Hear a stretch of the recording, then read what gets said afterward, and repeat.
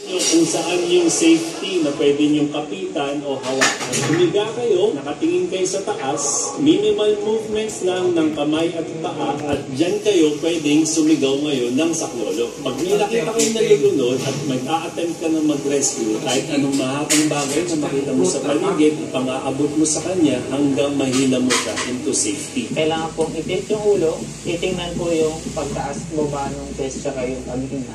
10 seconds wala, kailangan po mag-perform na CPR.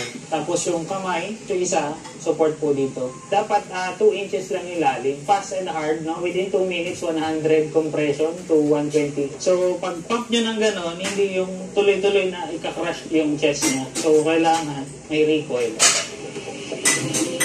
Malalaman nyo, okay na yung CPR, check nyo po yung pasyente. Kung nahihininga na, pulso, hininga, tsaka chest po.